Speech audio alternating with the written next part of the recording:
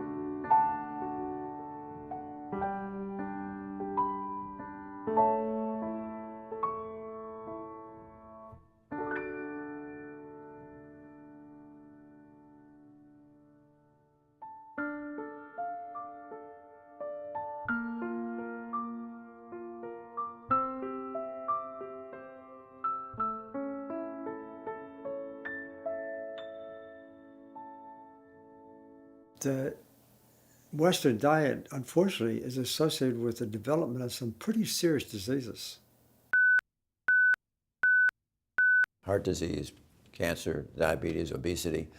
It's like a tsunami.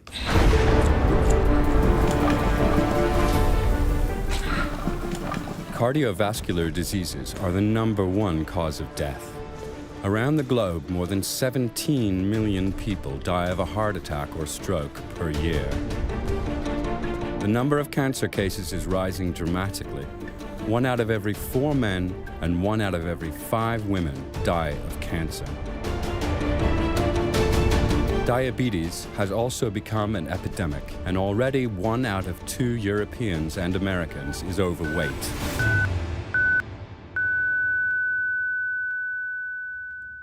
The interesting thing is that all experts would agree that the cause of this tsunami really is our lifestyle.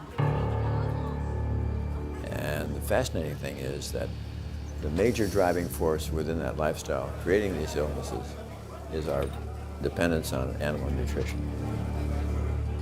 And I think this idea needs to be conveyed to people, that there is a strong association between the Western diet, high in animal foods, processed foods, protein, fat, and so forth, and diseases. People have to know that that really is true.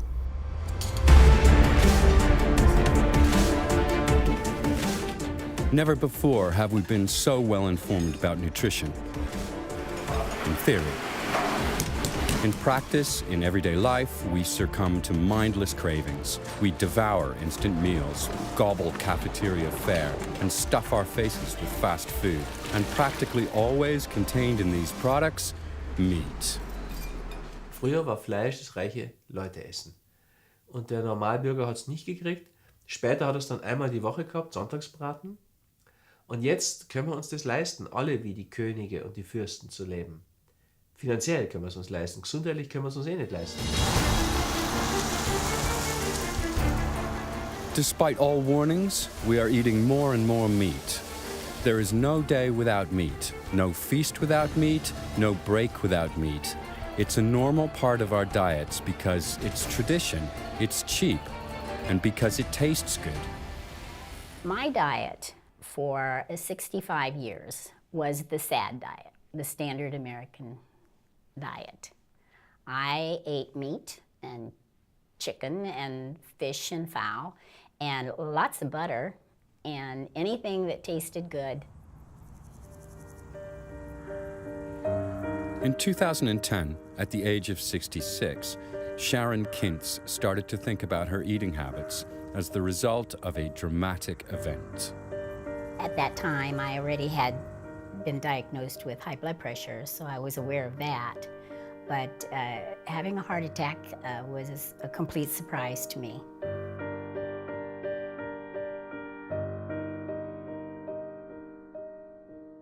The only symptoms that I had leading up to that was heaviness in my arms, pain in my jaw, and I would be tired, more tired than usual. This health nightmare put Sharon Kintz in the intensive care unit.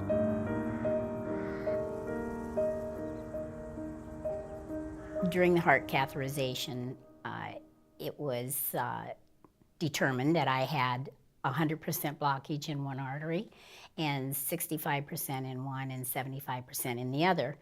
So there actually was very little options open for me other than open heart surgery. Cadwell B. Esselstyn is an expert in the field of heart disease, a well-renowned surgeon and researcher, and one of the best doctors in the United States. Today, the 82-year-old directs the Cardiovascular Prevention and Reversal Program at the Cleveland Clinic Wellness Institute in Ohio.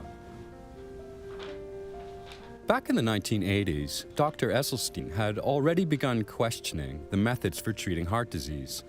They only combated the symptoms, but didn't get rid of the cause. Intensive research led him to the conclusion, our cardiovascular diseases are caused by our eating habits. When we look at this cause of heart disease, let's not be confused to blame it on genes, or just blame it on somebody's age, or blame it on the luck of the draw. Heart disease is a foodborne illness, and we now know that every time certain foods will pass your lips, you will further endanger and injure the endothelial cell capacity to make nitric oxide. Endothelial cells are crucial to our blood vessels and heart. They line our blood vessels and produce protective nitric oxide. And nitric oxide has these marvelous functions of keeping your blood flowing smoothly. It's the strongest vasodilator in the body. It also protects you from getting hypertension because it keeps your artery wall from getting stiff, inflamed, or thickened. And most importantly, a plentiful normal amount of nitric oxide will prevent you from ever developing blockages or plaque. Scientists know that cardiovascular disease starts with progressive damage to the endothelial cells. This is precisely where our diets come in. The excessive consumption of animal-based or processed foods damages our endothelial cells. Regular consumption of these products increasingly diminishes the protective nitric oxide supply in our blood vessels.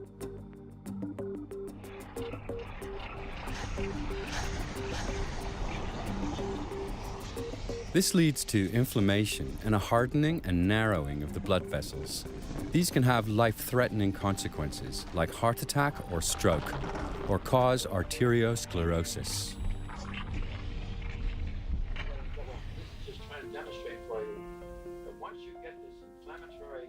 Years of research and personal experience have provided Dr. Esselstyn with conclusive evidence that a plant-based diet can not only prevent the progression of heart disease, but can also reverse its effects. Esselstyn has successfully treated hundreds of patients with this program. It consists of a low-fat, purely plant-based diet.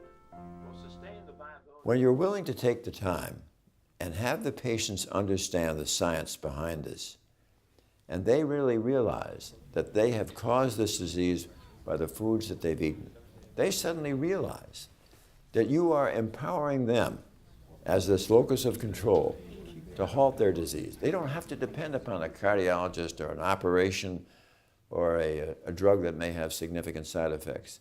They are being empowered to do this themselves.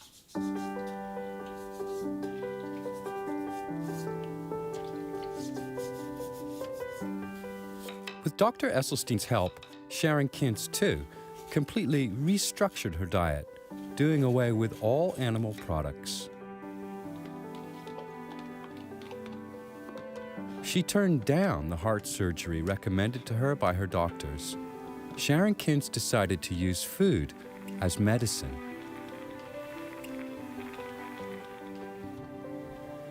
I was on it for 4 weeks, and the pain went away in my arms, the pain went away in my jaws, and I had much more energy. So I took Dr. Esselstyn's program very seriously.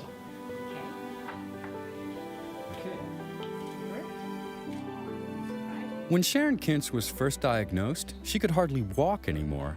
And nearly 2 years after her treatment with Dr. Esselstyn, she is physically fit again. And she has fulfilled one of her dreams.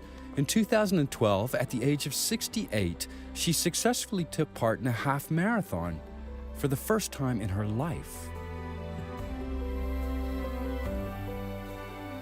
I know people are cramped for time, but you're talking about your health. If you want to live a long, healthy life and be able to contribute something, then you have to take care of your body. In order to do that, you have to, in my opinion, eat plant-based.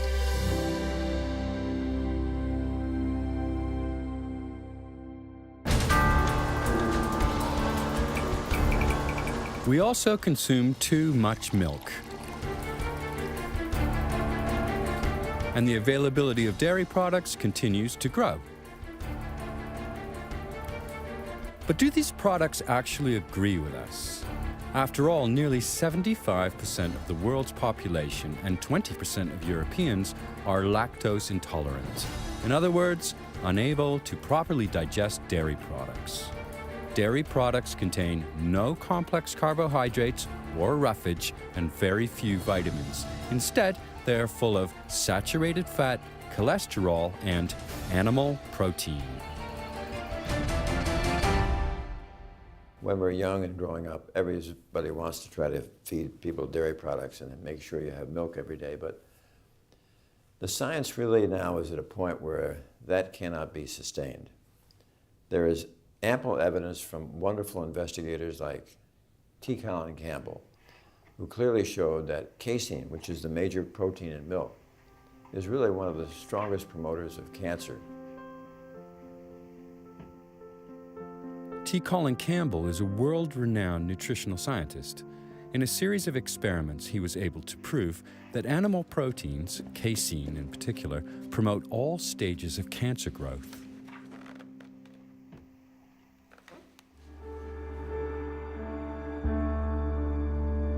In experiments, rats were given carcinogenic substances. Afterwards, half were fed a 5% casein-enriched diet, and the other half 20%. 20% roughly corresponds to the amount consumed in Western diets.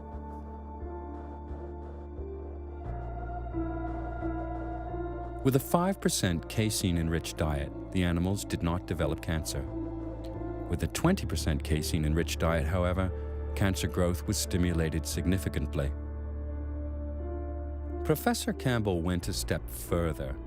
Every 3 weeks, he altered the rat's diet. So the next thing we did some studies to start out with animals here and then let the cancer start to grow with 20% casein, and then we switched it to 5%, it went off. We gave the 20% back again, came back again. We put it on 5%, it came off. So we could turn on and turn off cancer development just by switching the amount of casein being consumed. These findings are also supported by evidence with humans. We also know that all the saturated fat and the casein in dairy helps to accelerate and promote heart disease. And then we have this whole problem of fractures in the elderly. So here we have this problem of increasing cancer, increasing heart disease, and increasing fracture. Not a good thing. Dairy really should be out.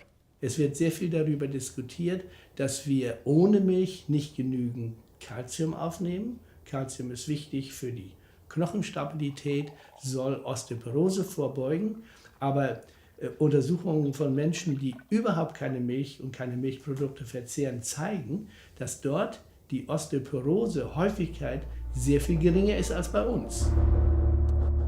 And dairy also has, and there's good evidence for this, it has some allergenic properties. It tends to be associated with allergies, either directly associated or enhancing the allergies coming from another source. And so we see things like, in the case of teenage boys, we get this acne. They get this acne sometimes, this skin problem. A lot of that is due to their consumption of dairy. Stop dairy, goes away. Dairy is associated with migraine headaches. I know of a lot of people, have these migraine headaches. It's kind of an allergy kind of thing, as is acne. That's kind of an allergy kind of thing. You stop that, it goes away. And it's very fast. And I used to say that with great reluctance because I was raised on a dairy farm. I grew up milking cows. And then when I went away to do my doctoral dissertation, I actually did my dissertation on the idea of promoting more milk consumption. So I'm not saying these rather negative things about dairy for any ideological reasons or any personal reasons. I'm saying it in reference to the evidence, the data. That's what it shows.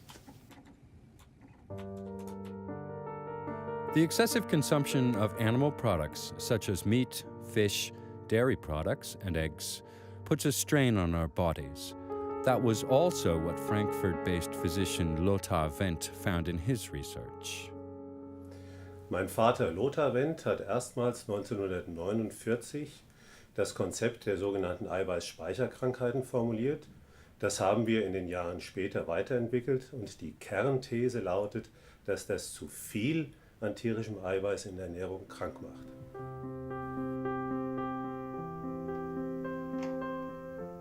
T. Colin Campbell arrived at the same conclusion.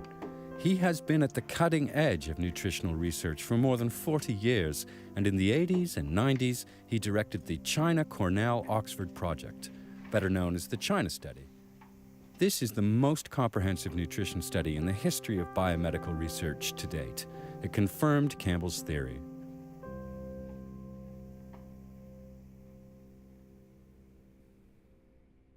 We tend to want to consume protein, which means we want to consume meat, because that supposedly makes us strong. It makes us healthy. That's been an old story for a long time.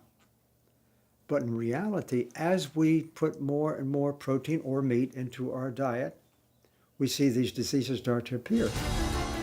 The China Study, as well as numerous other studies, demonstrate one thing above all. The higher the consumption of animal products, the greater the frequency of heart disease, cancer, diabetes, and countless other chronic diseases. Even small amounts of animal products can have a negative effect on our health.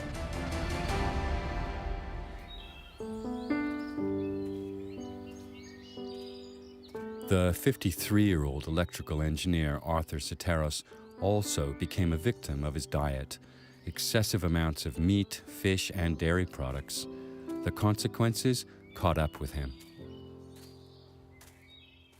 My first health issues started about 20-some years ago. About 20 years ago when I was about 30, 32 years of age.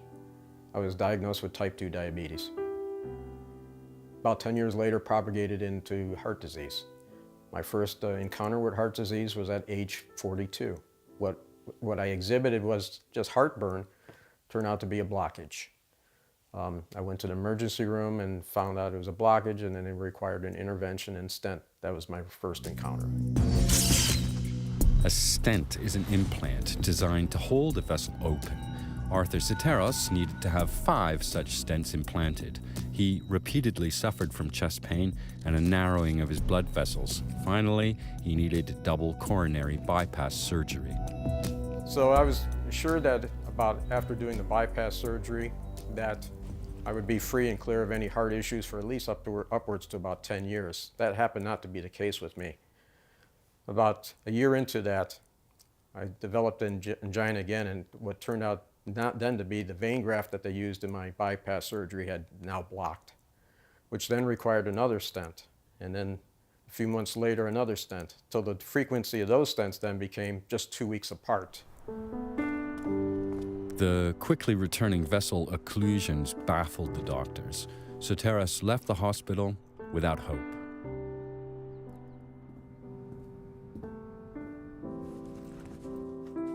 I wept and I cried like a baby because I wasn't ready to die.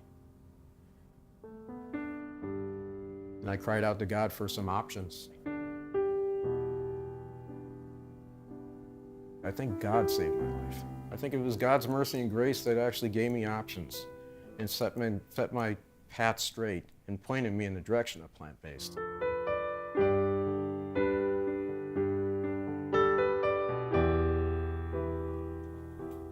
Through a member of his church community, Arthur Soteris learned about Dr. Esselstyn and his nutrition-based therapy. He consulted the doctor, and with his help, he restructured his entire diet.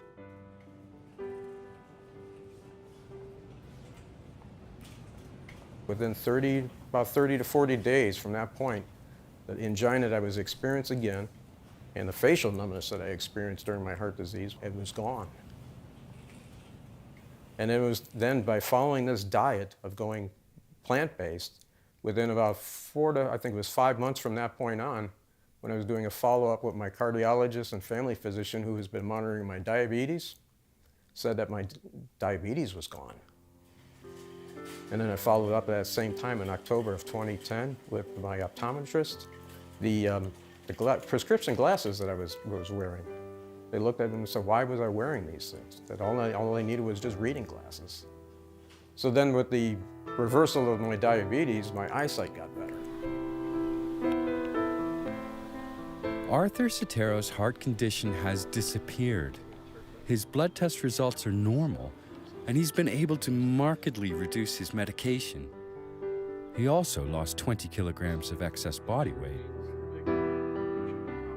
I feel better now at age 53 than I did at age 30.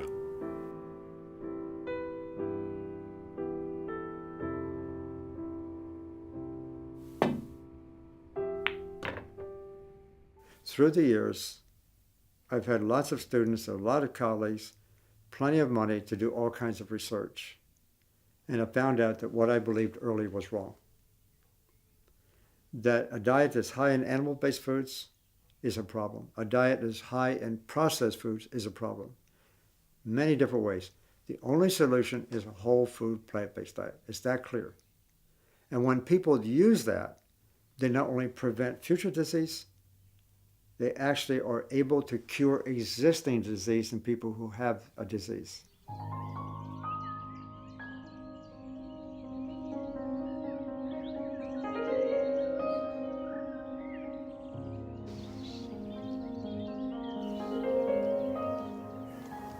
Ich erhielt im Dezember 2006 die Diagnose Lungenkrebs im Endstadium.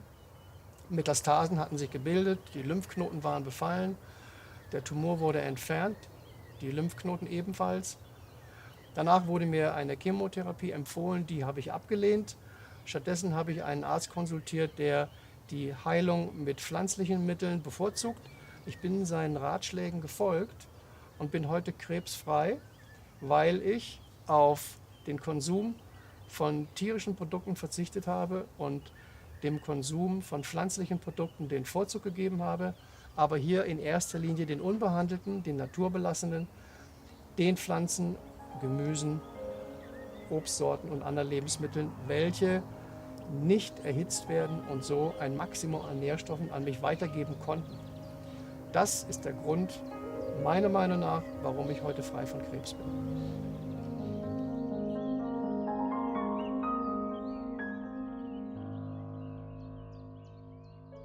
My wife, Karen, was diagnosed with a serious kind of cancer, stage 3 melanoma. She refused to take the chemotherapy. She refused to have the surgery. Then she got really strict about her diet. Now it's about 9 years later. No problem.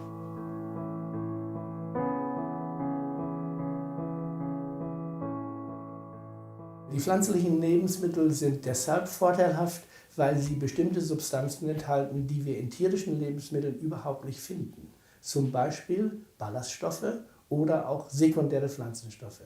Wie der Name schon sagt, werden diese Substanzen von den Pflanzen synthetisiert. Und man weiß heute, dass gerade die sekundären Pflanzenstoffe einen erheblichen günstigen Einfluss auf unsere Gesundheit haben. Plant-based foods give us sufficient protein and healthy fats. They are rich in complex carbohydrates and antioxidants, as well as certain vitamins, trace elements, and enzymes. Plant-based foods contain what humans need for a healthy diet. Das Problem ist generell, dass eben auch mit gesundheitsschädlichen Produkten wie Fleisch, Milch und Eiern eben sehr viel Geld verdient wird. Und dass diese Firmen und Konzerne natürlich Profit erwirtschaften wollen, ist klar. Und die wollen auch so viel Produkte wie nur möglich verkaufen. Auf der anderen Seite gibt es keine Interessensgruppe, die Wert darauf legt, die Leute gesund zu erhalten. Wer hat ein finanzielles Interesse daran, dass die Leute gesund bleiben? Keiner. Die Medizinindustrie, die verdient daran, dass sie die Leute therapieren können. Nur an kranken Leuten kann die Medizinindustrie Geld verdienen. Auch die Pharmaindustrie verdient nur an kranken Menschen. We have a big industry that obviously supports the livestock industry and the egg industry and the dairy industry. It's just a huge industry. And unfortunately, they have infiltrated the academic community. They've also infiltrated the government. And I know both because I'm in academia, that's been my entire life. I see what they do. Maybe they bring some money to have some research done. Also in the policy area, I spent about 20 years in national policy development. I was on expert panels for the government. And so we were doing things. And we have committees. And unfortunately, the industry is so powerful that they, in many cases, are controlling who's going to be on the committees. They have too much money for the politicians. Das ist zwar alles legal, aber fair gegenüber dem Verbraucher ist es nicht.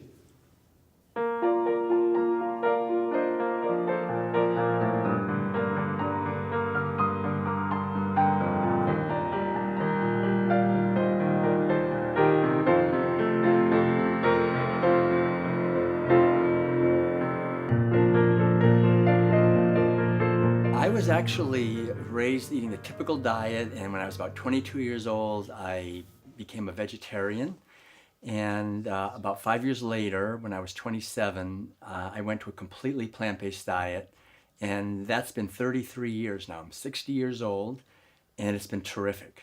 I feel great, I have a lot of energy, and it's not just me. People that I know who are also a long time on a plant-based diet are doing great as well.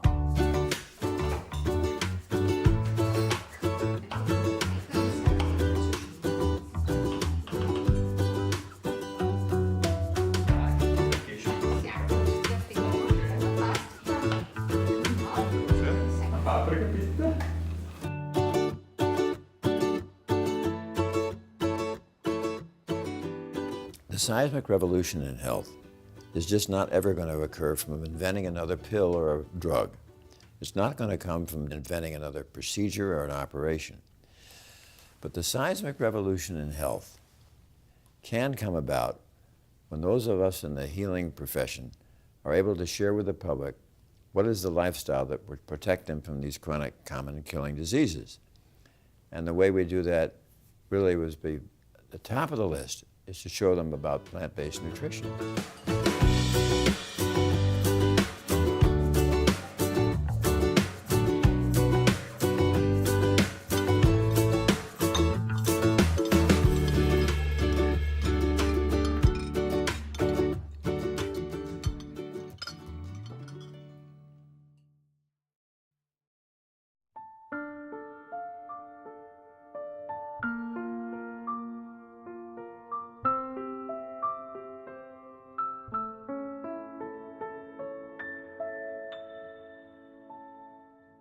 Immer mehr Menschen fressen immer mehr Tiere, weil immer mehr Menschen sich Fleisch leisten können. Und in 20 Jahren werden wir so viele Menschen und so viele Tiere auf dem Planeten Erde sein, dass nicht mehr genug Futter da ist. Und dann fressen wir die Erde kahl. The worldwide human population will rise to 9 billion by the year 2050. The global livestock population will double to 50 billion. It's going to get crowded. Es gibt den Weltagrarbericht. Es ist alles berichtet, dass wir mit dieser heutigen Form der Landwirtschaft unsere Lebensgrundlagen zerstören, den Boden zerstören, den Planeten ausplündern. Wir essen ganz einfach zu viel Fleisch.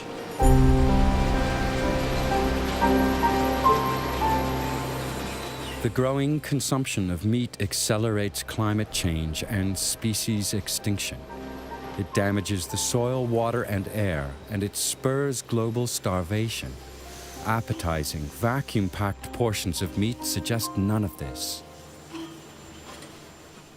Most of the grain that's being grown on the planet is not going for food for human beings.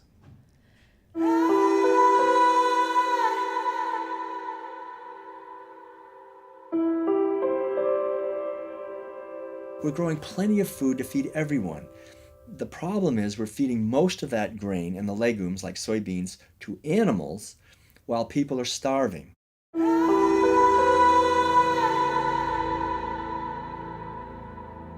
Worldwide, 1.8 billion people are starving. Every 6 seconds, a child dies of malnutrition. That's nearly 15,000 children a day. A sign of poverty, not for the poor, but for the rich. Only 2% of the soya in the United States is being eaten by human beings. About 70% goes for animal feed. About 28% is going for biofuel, diesel made from soya bean. So it's meeting the hunger of profits, not the hunger of people.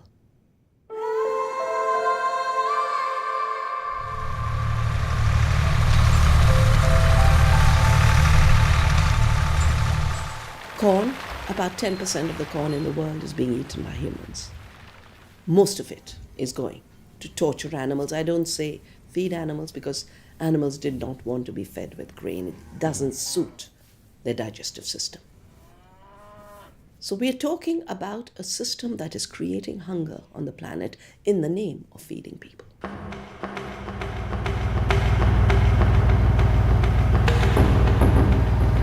Currently, 1 out of every 3 seeds of grain harvested in the world is used as animal feed. However, industrial nations can no longer produce these huge amounts of fodder themselves.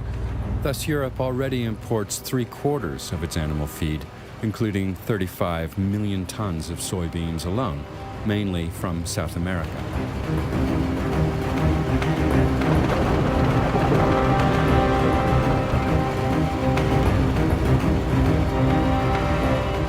The land used for growing this feed does not consist of empty fields, but valuable rainforests forced to yield to the monocultures of the agricultural corporations.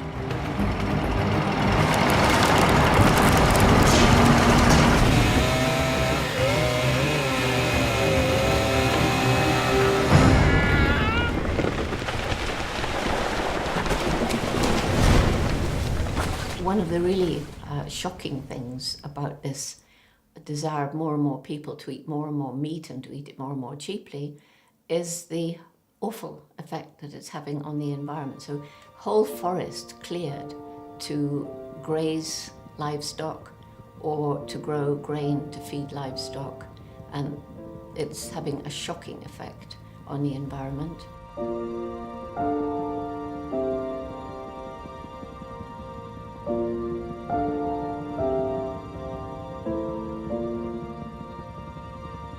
Because of this practice, over the past 2 decades, roughly 20% of the worldwide largest rainforests in the Amazon basin have been destroyed forever.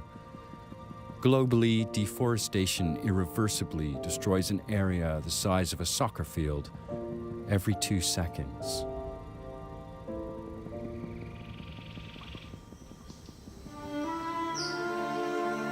And this, although tropical rainforests are among the Earth's most valuable treasures. Nowhere else is there such a rich diversity of species. Moreover, these forests stabilize the world's climate as enormous reservoirs of carbon dioxide. That makes them more valuable than meat.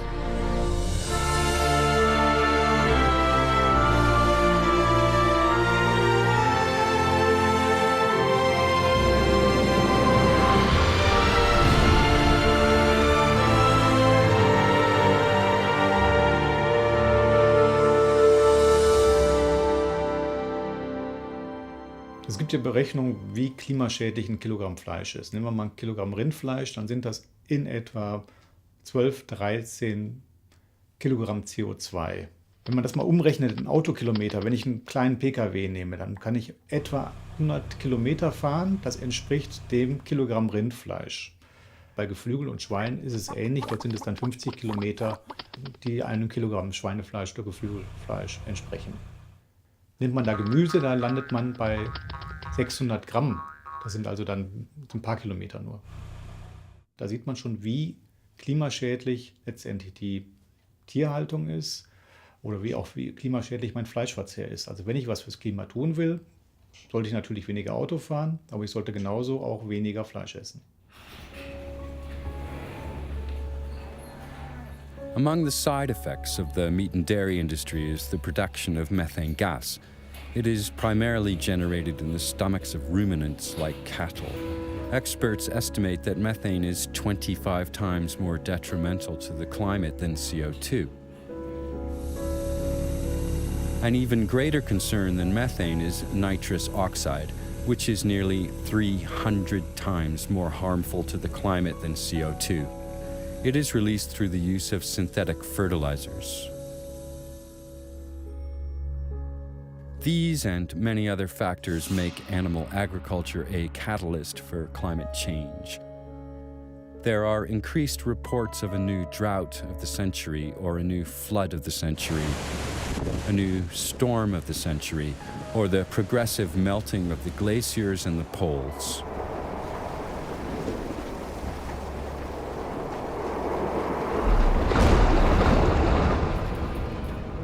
Intensive animal farming doesn't just stink to high heaven, the excrement produced is also polluting our soil. For each kilogram of meat produced, roughly 6 kilograms of slurry are generated.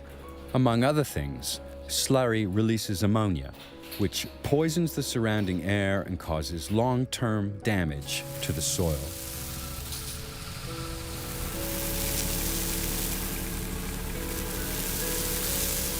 Not only that, slurry and its nitrates also threaten our drinking water, of which we need inordinate amounts to make animal products.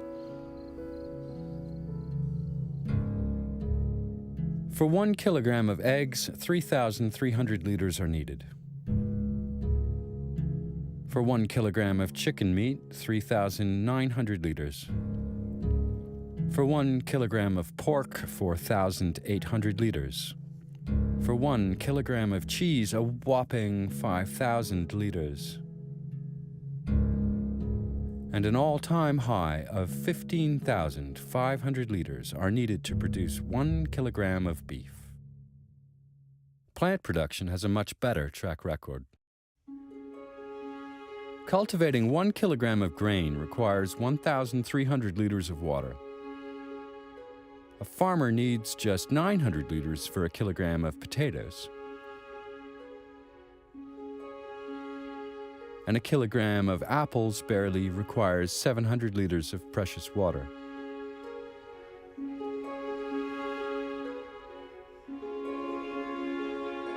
This entire meat industry has today become a scandal on the planet. It should not exist in the form in which it exists.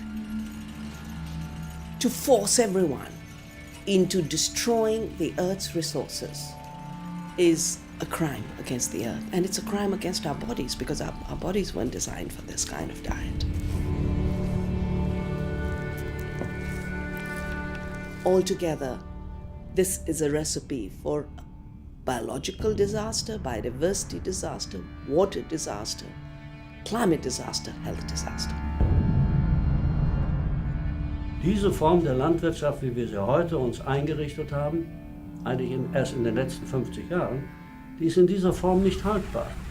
Das kann nicht gut gehen. Jeder, der den Kopf hat zum Nachdenken und der Augen hat zu lesen und Ohren hat zu hören, der weiß das. Und da muss man sich wundern, warum ändert sich nichts? We were made to believe that meat-based diets are superior to plant-based diets, a lie that has been exposed by medical experts again and again and again. So what do we need to do? We need to bring diversity back into our farms. We need to bring harmony back into our farms. We have to celebrate diversity. We have to work with farmers. We have to know our farmers.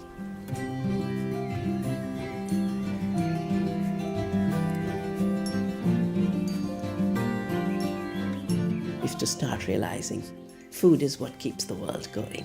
Food is the energy of the world. And we have to know exactly where in that chain we entered so that we don't do more harm. We reduce the harm. And in the process, we celebrate. Food is life, and life is food.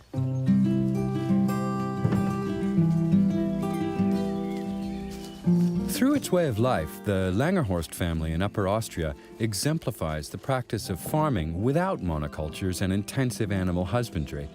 It's been running a vegan organic farm with mixed cultivation and permaculture for more than 40 years. The family grows vegetables, fruit, berries, and nuts and avoids animal-based and chemical fertilizers, using green manure, plant-based compost, rock flour, mulch, and wood ash.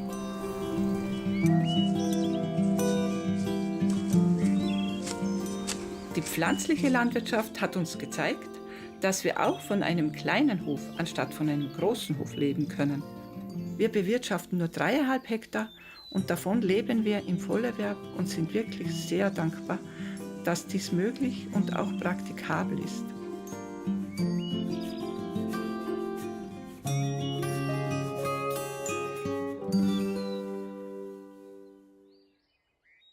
Wenn man sich möglichst umweltbewusst ernähren will, dann sollte man natürlich möglichst viel pflanzliche Kost zu sich nehmen. Regionalität, Saisonalität und natürlich ökologische Produkte bevorzugen. Dann wird eine runde Geschichte draus.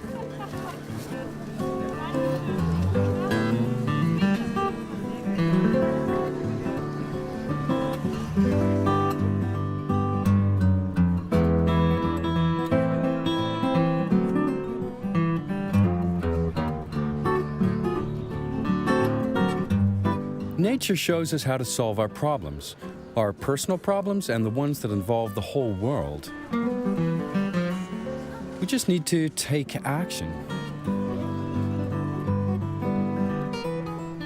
If we look at the chances according to human possibilities, human intelligence, human longing for good, decent food, I think the chances are extremely high that we could all live on a good, healthy, organic, plant-based diet.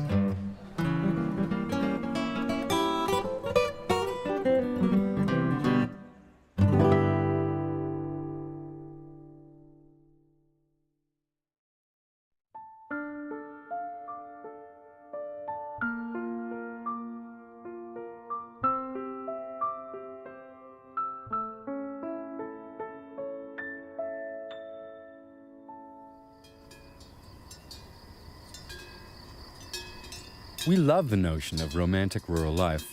Happy animals in a healthy environment, well provided for by Mother Nature. It's really quite tempting to get this meat on your plate. But let's face reality.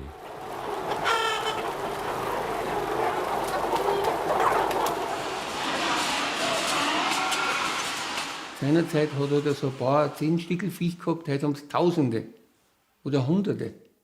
Das heißt, dieser Bezug zum Tier ist nicht mehr da. Es ist halt einfach wirklich nur mehr Ware.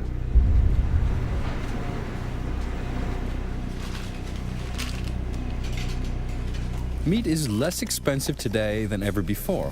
a cheap product. About 98% comes from factory farms, where conditions are beyond imagination. Rarely in the past has the term industry smacked of a contempt for life as it does today. In der intensiven agrarindustriellen Haltung werden die Tiere nicht mehr als Individuen gesehen, sondern als bloße Produktionsmittel, gleichsam wie Blechdosen, Autoersatzteile oder lediglich als Gebrauchsartikel mit dem Ziel höchstmöglichen ökonomischen, sprich wirtschaftlichen Gewinns.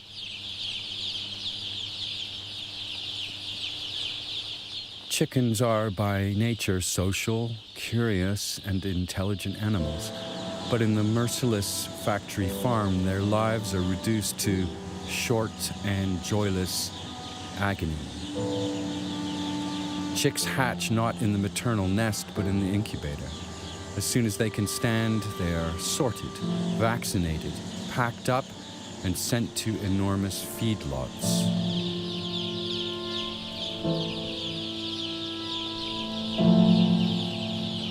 In these animal prisons, they reach slaughtering weight in record time, never seeing daylight and under extremely crowded conditions.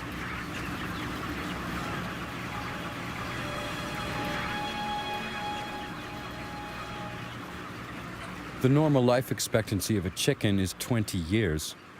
Broilers only live up to 42 days. During this brief lifespan, they must gain roughly 2 kilograms. No organism can withstand such brutally rapid growth.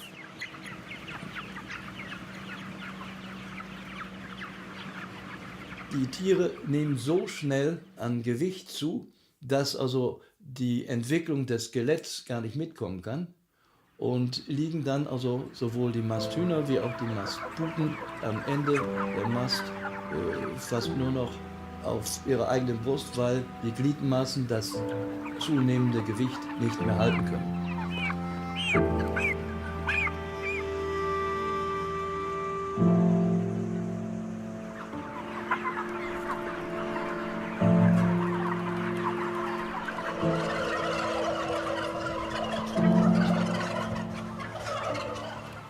Some animals don't survive this abnormal growth. They can't drag themselves to the feed and water troughs. Others die of breeding-induced cardiovascular diseases. They succumb to stress or fall victim to cannibalism.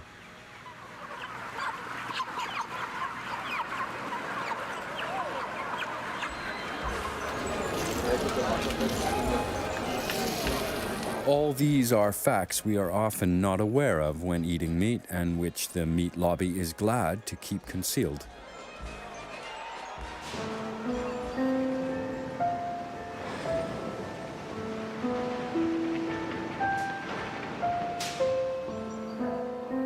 This is a mother sow. This highly intelligent and extremely sensitive animal spends most of its life in crates, in cages hardly any larger than themselves. Instead of straw, they lie on bare concrete.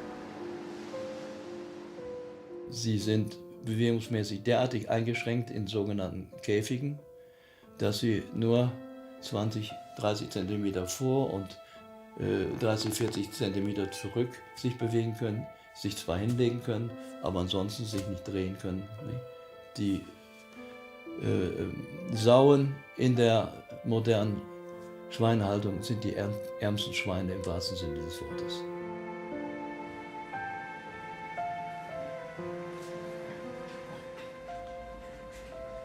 In nature, mother sows build big, soft nests for their offspring. In factory farms, however, this isn't possible. The sows farrow in gestation crates. Confined, they are neither able to protect nor care for their young.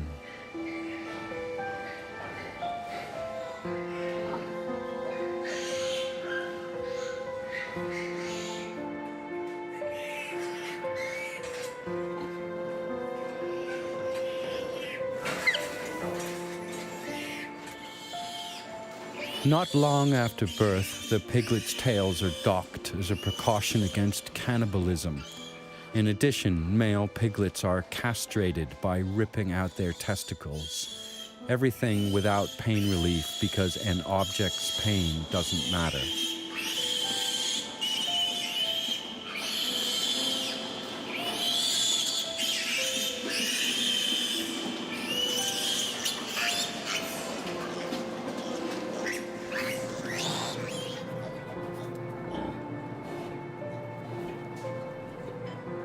Many animals are born weak, handicapped, or sick. It is not economical to keep them alive. Their fate, an undignified and cold death.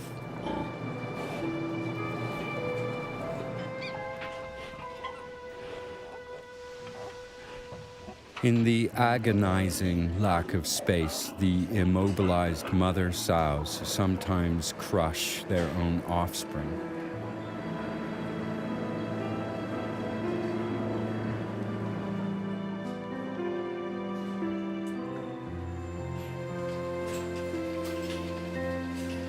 At the age of 3 weeks, the piglets are separated from their mother. What follows now? Rearing and fattening. Although pigs can live up to 25 years, they are slaughtered as children, a mere 6 months old. They spend their brief lives in cramped quarters. EU norms require a minimum area of just 0.75 square meters for a porker of up to 110 kilograms. As many as 10% of the animals do not survive these conditions.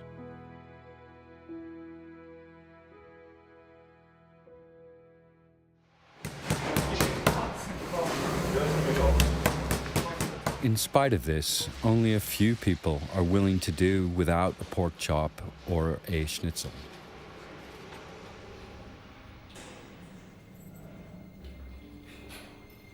And cattle fare no better.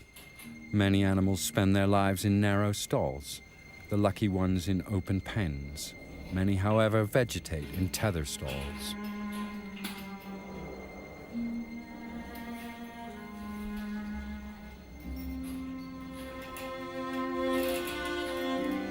One step forward, one step backward. That is all the freedom of movement they have. A life expectancy of 30 years? That's something industrial age cattle can only dream of.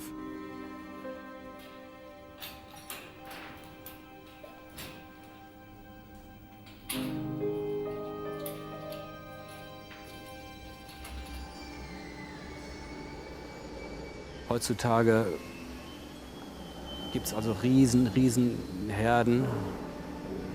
Und die werden immer größer und da merkt kein Mensch mehr, wenn eine Kuh krank ist. Das merkt dann meistens nur noch der Milchroboter, der dann auch feststellt, dass die Milchleistung zurückgeht. Oder die andere Maschine merkt dann, dass das Futter nicht aufgefressen worden ist. Und so wird überhaupt nur noch registriert, dass ein Tier oder mehrere Tiere krank sind.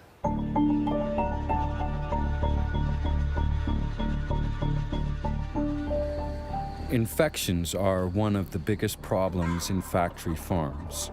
The crowded conditions promote the rapid spread of bacteria. Overbreeding, a lack of hygiene, and ignoring natural needs put a huge burden on the health of the animals. The only antidote the industrial meat producer knows is the massive administering of drugs.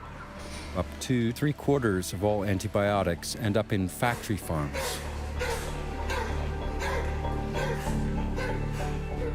Das System der Tierhaltung ist so krank, dass es diese Antibiotika inzwischen benötigt. Würde man diese Antibiotika wegnehmen, würden die Tiere tatsächlich massenhaft krank und sterben.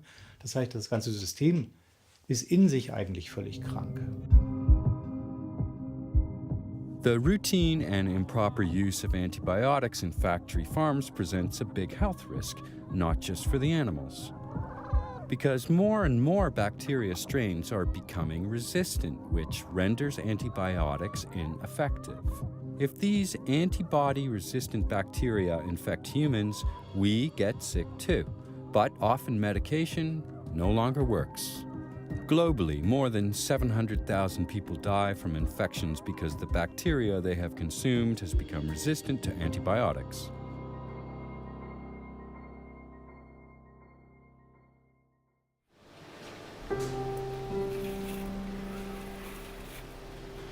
But the animals are not only affected physically. Industrial farming harms them on all levels.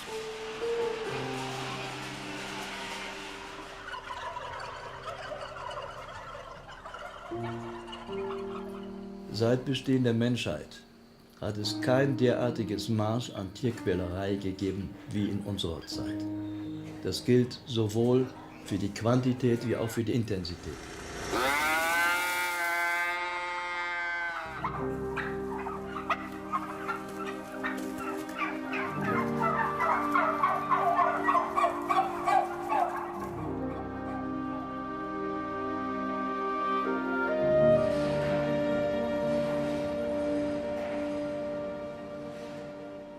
Having once seen pigs in one of these intensive farms, I was so shocked. It's unbelievable to me that people could treat animals as though they're just things without feelings. And so many people say to me, oh, but they're being bred to eat, so it's okay, but it's not okay.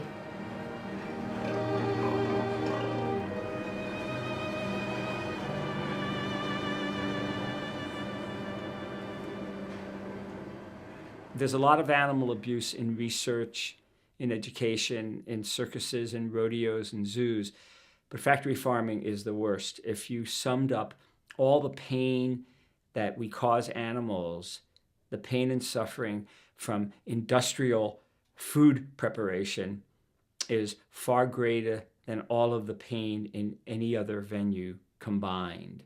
So it's really the worst. It brings out the worst in human beings, and it makes animals suffer greatly. They not only suffer their own pain, but they also feel the pain of other animals at these horrible factory farms.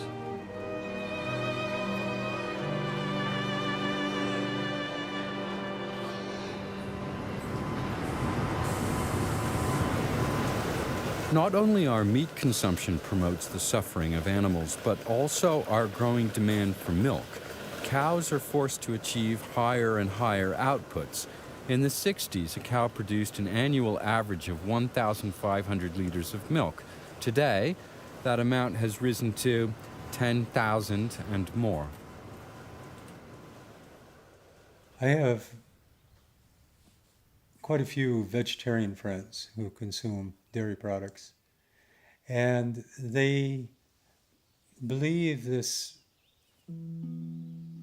false idea that dairy products are a benign animal product, that there's no harm connected to milk, because they figure, well, once a cow starts giving milk, she just gives milk. And they don't realize that cows can't give adequate amount of milk for production unless they're pregnant.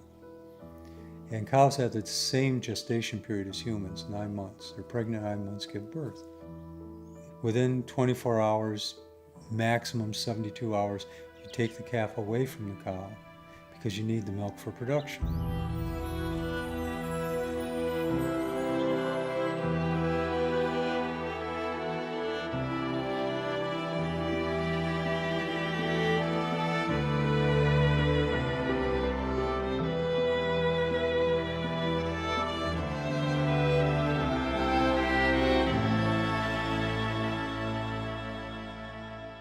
It's a terrible business. I mean, there's more suffering in a glass of milk than you can find just about anything.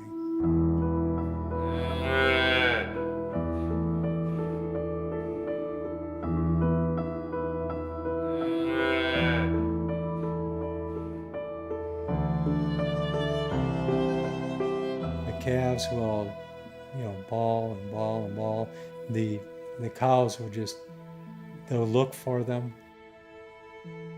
Cows will often mourn their children for days or weeks.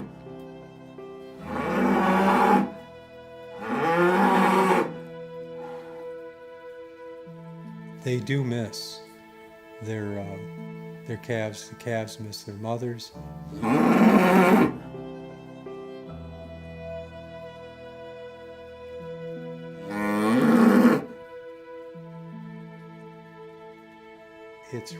It's a heartbreaking thing to watch.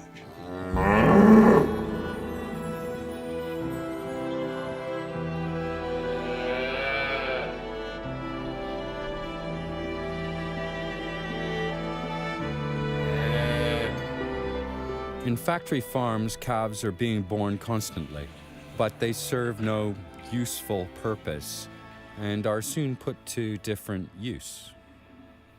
Let's say a cow is alive for 4 years. She'll have 4 calves. Just genetic roulette. 2 are going to be male, 2 are going to be female. The 2 males have no use to the dairy industry. They're going to go to auction within a day to 2 or 3 days after birth. You only need 1 female to replace the mom. So 3 out of 4 calves go to slaughter right after they're born.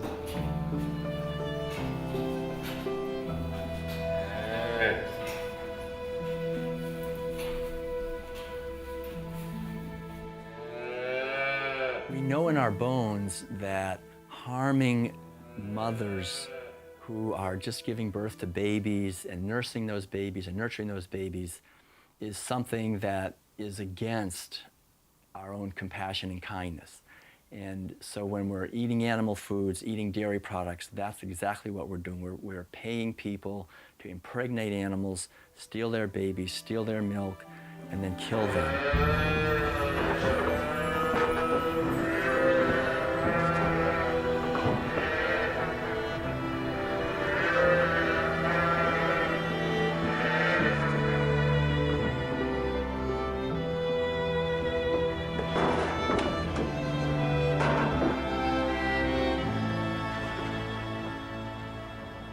I always say to people, especially women, imagine that. Imagine that you was pregnant.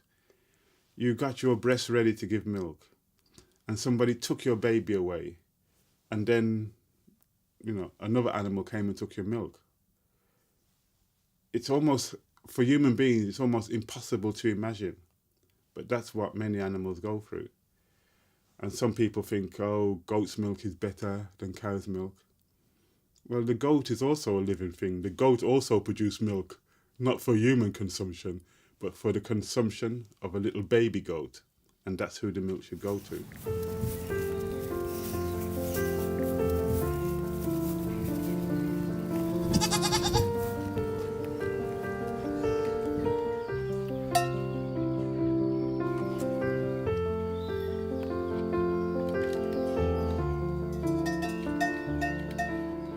People wonder whether animals, including farm animals, have emotional lives, and the science tells us that they do.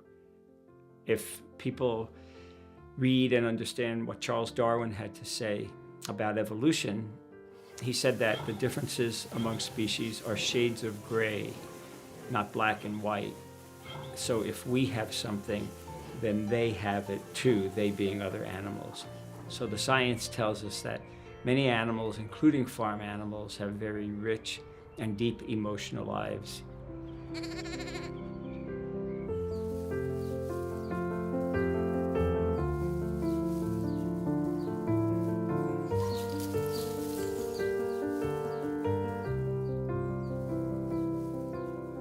The main thing is that, these farm animals, when you know them as individuals, they're just wonderful. I mean, there's nothing like hearing the whicker of a horse when you come and he's pleased to see you, and the cows chewing the cud and the sweet breath that they have out in the fields, and pigs.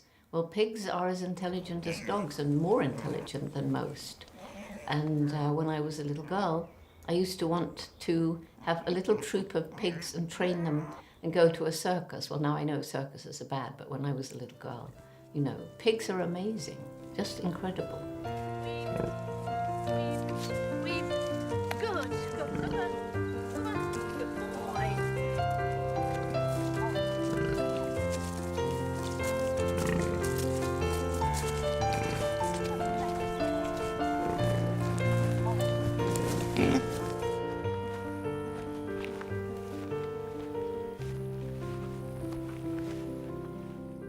People want to think that cows are stupid, that they're dumb, that they're slow and all they do is eat grass.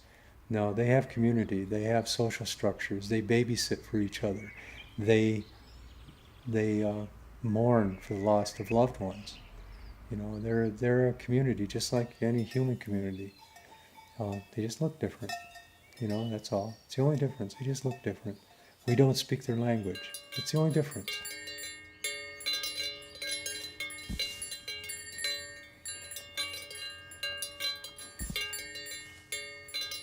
We know, for example, that chickens display empathy.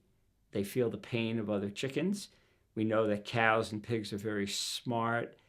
They miss one another. They love to be around friends. Cows and pigs are extremely intelligent. They can learn very complex tasks. So I like to say that the animals who we eat are very smart and they're very emotional.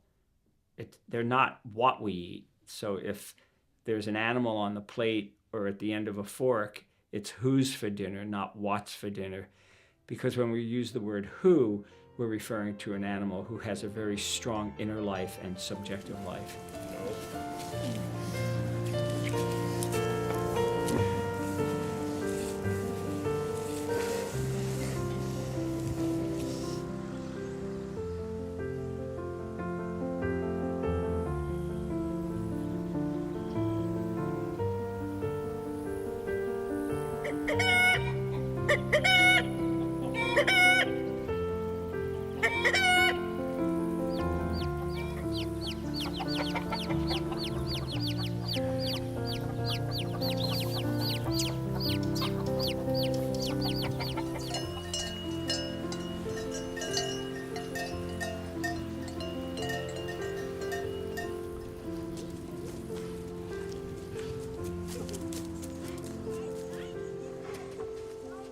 So for example, when pigs and cows and dogs and cats and wolves play, it's very clear that they enjoy themselves, that they're feeling happiness, they're feeling very gleeful, they're feeling a lot of pleasure.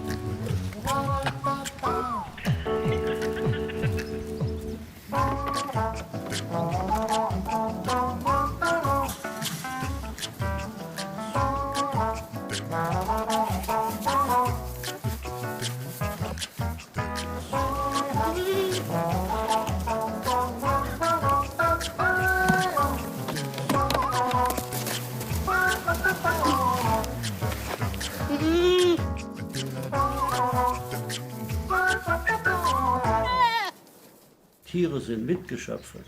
Tiere sind Lebewesen, die Gefühle haben, die es einem zeigen können, wenn es ihnen gut geht. Ich sehe das den Tieren an und sage den Kindern, guck mal, die Tiere können lachen, wenn es ihnen gut geht. Und die Tiere können ihren Kummer zeigen, wenn wir schlecht mit ihnen umgehen.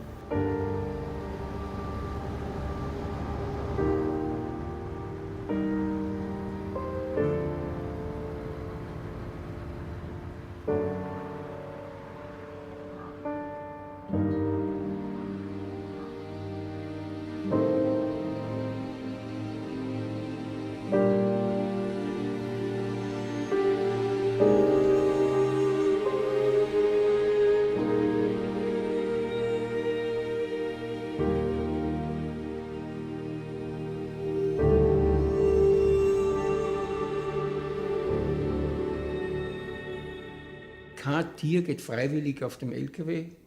Ist in meiner ganzen Zeit, wo ich Fleisch habe, war nicht einmal passiert. Das heißt, wir haben das Viech immer mit Gewalt aus dem Stall, mit Gewalt auf dem LKW. Dann hat man das zum Schlechter geführt oder in die Metzgerei. Und Sie müssen sich vorstellen, das sind LKWs, da sind heute bis 100 Stück oben, auf absolut engstem Raum. Eine Stresssituation, Angstsituation, das erkennt man, entweder dass die Tiere fangen zum Zittern an oder die Augen, die sind so verängstigt einfach. Viehtreiber, Elektroschockgeräte, Knüppel, Schweine werden an den Ohren weggezogen, Bullen werden vor die Hoden getreten, damit sie laufen, Kühe vor den Euter getreten, der Nasenring beim Bullen, falls er einen hat, wenn es schwere Bullen sind, die werden so umgedreht, dass die Nase fast um 180 Grad verdreht ist, damit die Tiere gehen. Und das ist alles mit Schmerz, das ist nicht ohne Schmerz. Mit starken Schmerzen, sage ich mal. Oder das kann man nicht anders machen, es geht nicht, es geht definitiv nicht. Man kann nicht glauben, ich habe halt Massen von Tieren und die bringe ich jetzt mit irgendwelchen guten Zurennen da auf dem LKW auf oder vom Steuer aus oder gar in die Schlachtbank. Das funktioniert nicht. Es ist immer brutal. Es ist immer brutal.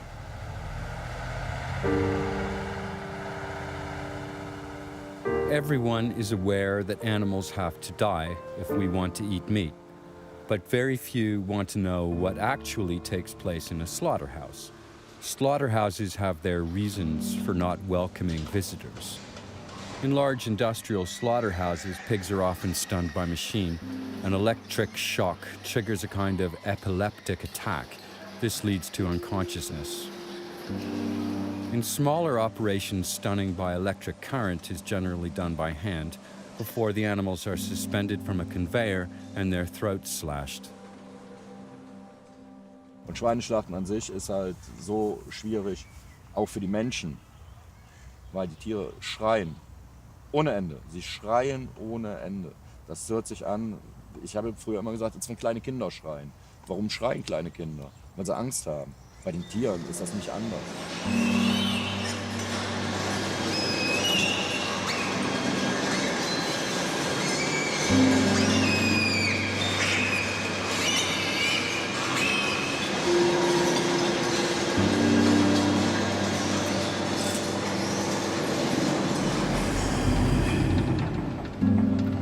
In large meat factories, gas chambers are standard practice.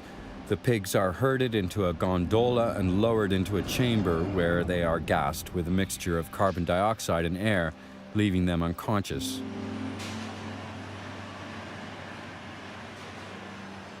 Die CO2-Betäubung ist ein relativ billiges Verfahren.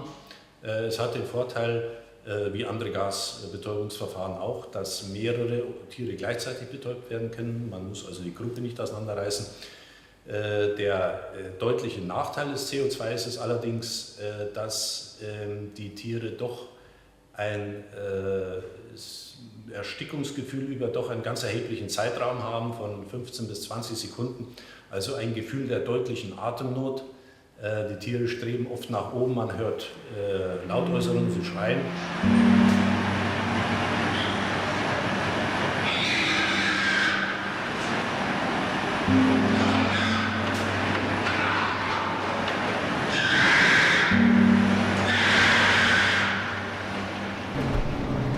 Once they have been stunned, the pigs' throats must be quickly and properly slashed. Otherwise, the animals wake up and land in the cauldron of boiling water, fully conscious. This is no uncommon occurrence, since the whole process takes place so quickly.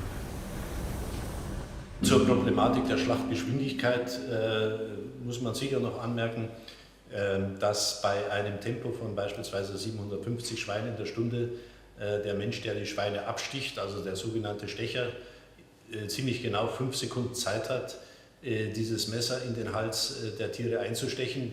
Dazu muss er das Schwein aber erst auch noch greifen, an einem Vorderbein sozusagen in Position ziehen. Er muss das Messer aus der Halterung entnehmen und dann sind diese 5 Sekunden auch schon gleich vorbei. Das heißt, er hat gar keine Möglichkeit, einen Stich in irgendeiner Weise zu korrigieren, wenn er der Meinung ist, er hat keine großen Gefäße erwischt oder er hat große Gefäße verfehlt. Das heißt, das ist sicher ein Problem für die Effektivität der Entblutung. Ich habe sehr oft gesehen, wie Tiere nicht richtig betäubt waren. Schweine, die aus dem Brühkessel geflohen sind oder gesprungen sind, versucht haben rauszukommen, wo ein Kopfschlächter hingegangen ist und hat mit einer Eisenstange nochmal draufgehauen. Das ist eigentlich Standard, das ist völlig normal.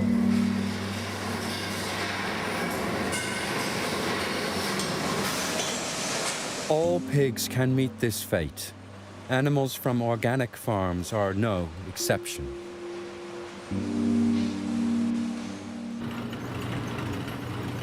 Once it is cut into pieces, the animal has finally endured all the agony the industry has to offer.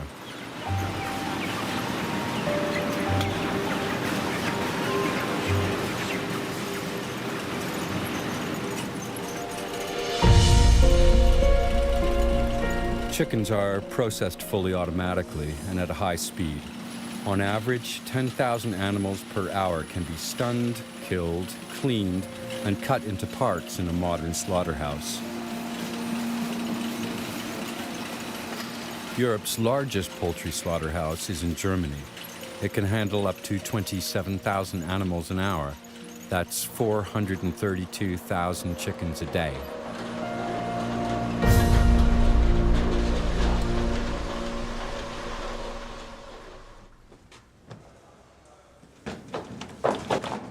The slaughter of cattle starts with a captive bolt stunner, which has been standard procedure for decades. The animals are driven along a chute into a narrow box. Not every animal goes to its death willingly.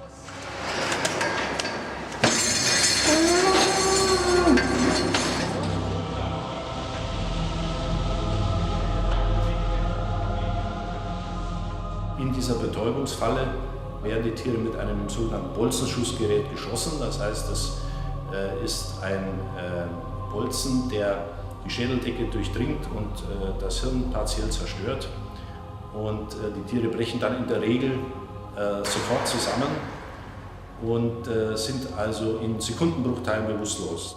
Problematisch ist es, wenn der Schuss eben nicht richtig sitzt, wenn die Bolzenschussgeräte nicht richtig angesetzt werden können oder das Tier im letzten Moment den Kopf bewegt. Dann haben wir sogenannte Fehlschüsse. Die Tiere sind entweder nur leicht oder gar nicht betäubt. Und das ist vom Tierschutz her natürlich kritisch, weil dann der zweite Schuss, der dann erfolgen muss, meistens auch nicht mehr richtig wirkt, weil die Schädelkapsel schon eröffnet ist und diese Druckwirkung, die beim ersten Schuss da ist, beim zweiten Schuss eben nicht mehr da ist, sodass ich dann tatsächlich Probleme kriegen kann, das Tier effektiv zu betäuben.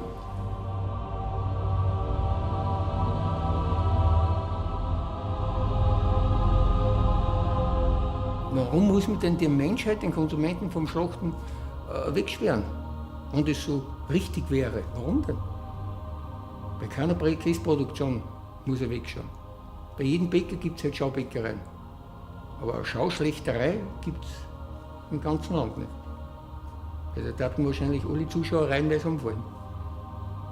Weil es so brutal ist. Weil es einfach Gewalt ist.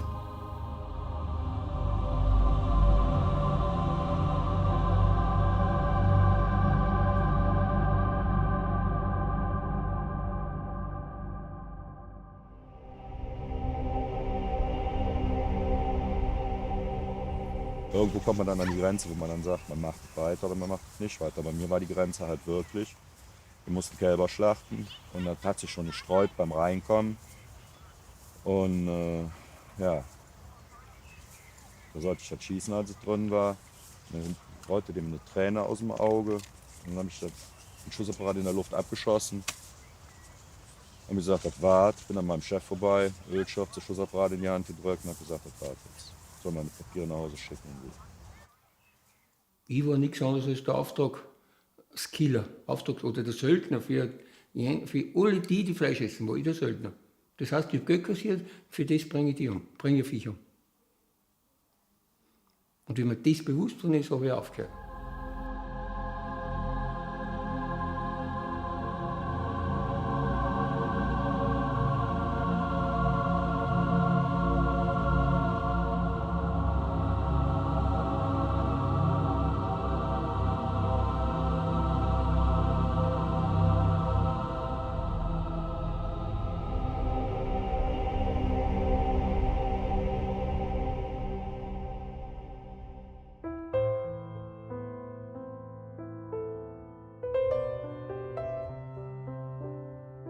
Humans are creatures with many contradictions. What is especially paradoxical is our relationship to animals. We can adore a pet, and at the same time, we let other animals be killed without the slightest compassion. Dr. Melanie Joy calls this phenomena carnism. Carnism teaches us to place animals in categories in our minds. Some animals we love. Dogs and cats are our companions, our family members, our friends, for instance. Other animals we eat. Carnism teaches us to see animals as objects. So we learn to refer to the turkey on our plate as something rather than someone. And carnism teaches us to see animals as abstractions, as lacking in any individuality or personality of their own, and instead simply as abstract members of a group about which we've made generalized assumptions. A pig is a pig, and all pigs are the same. Carnism, says Dr. Joy, is a belief system intended to prevent us from recognizing the violence and cruelty of the system behind eating animals. We suppress and deny. We ignore our head and our heart when it comes to animals that we classify as edible. Choosing one animal to eat and one animal to be a pet is just, some people call it speciesism. It's just it's a kind of racism. It's a kind of favoritism. And it's a kind of just following a particular culture. Now, what we have to do is we have to build a culture and traditions based upon compassion.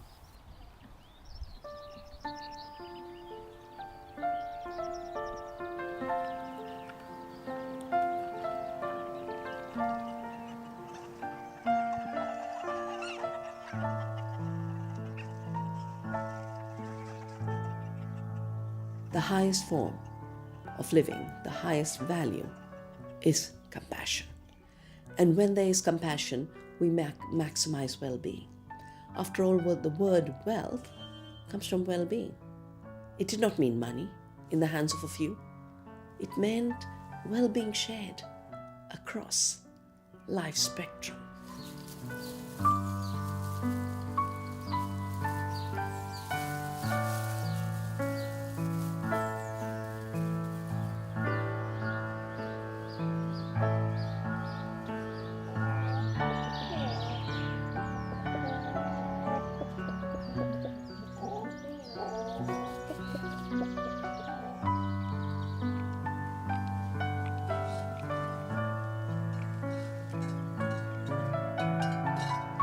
I think once we admit that we humans are not the only beings with personalities, minds and feelings, once we realize that we are part of the animal kingdom, then it becomes quite as important how we treat animals, all animals, as how we treat each other. And so only when we show respect and consideration and concern for other living beings can we imagine a world that's more peaceful than the one today.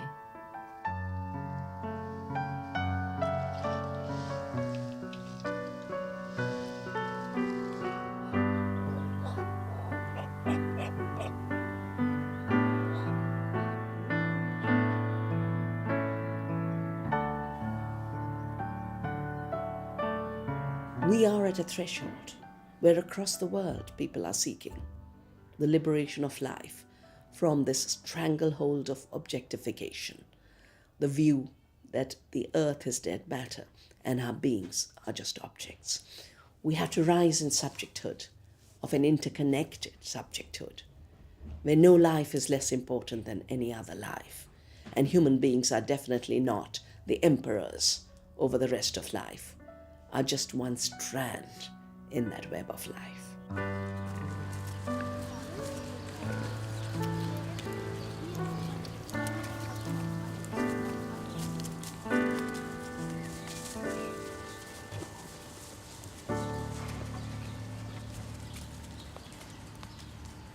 I think the reason that so many people don't change their behavior is because they feel, what's the use? I'm just one person, so what I do actually can't make any difference. And nor would it make any difference if it was just one.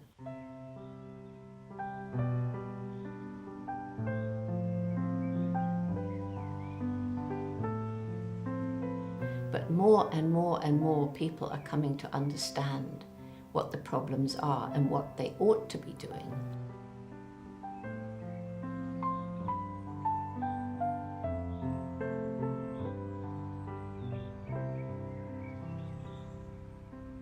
Never ever think that one person can make a difference.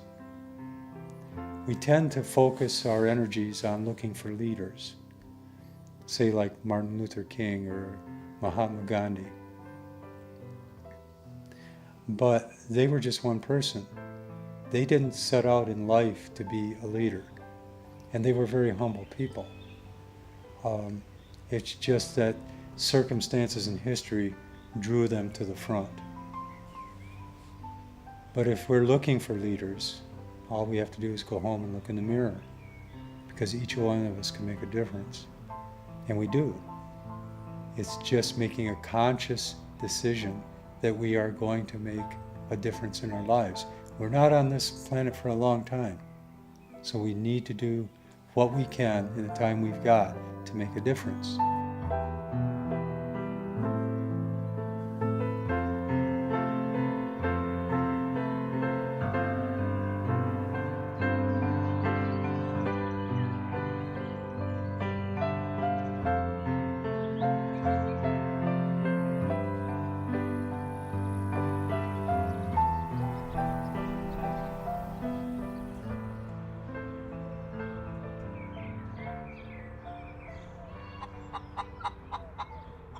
Für mich war es immer wichtig zu betonen, dass wir als Erwachsene alle Vorbilder sind.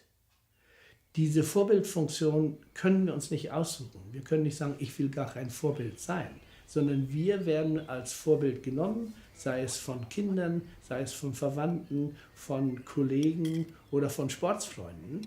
Und ich glaube, diese Tatsache, dass wir als Vorbild genommen werden, sollte uns dazu motivieren, dass wir uns auch vorbildlich verhalten.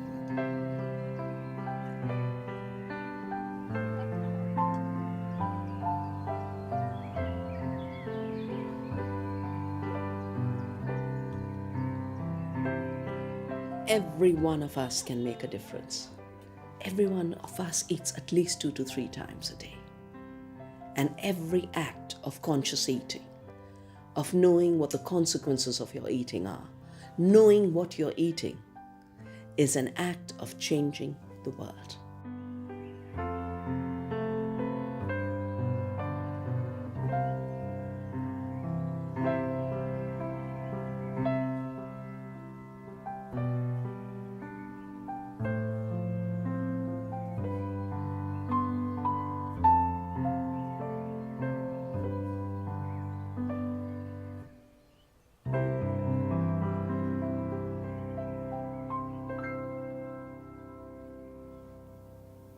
I think the most important message that I have is to remember that you, and I'm speaking to you watching this film, you make a difference. You as an individual make a difference. What you do each day actually is affecting what's going on in the world each day. So your life matters, you matter, and use your life wisely.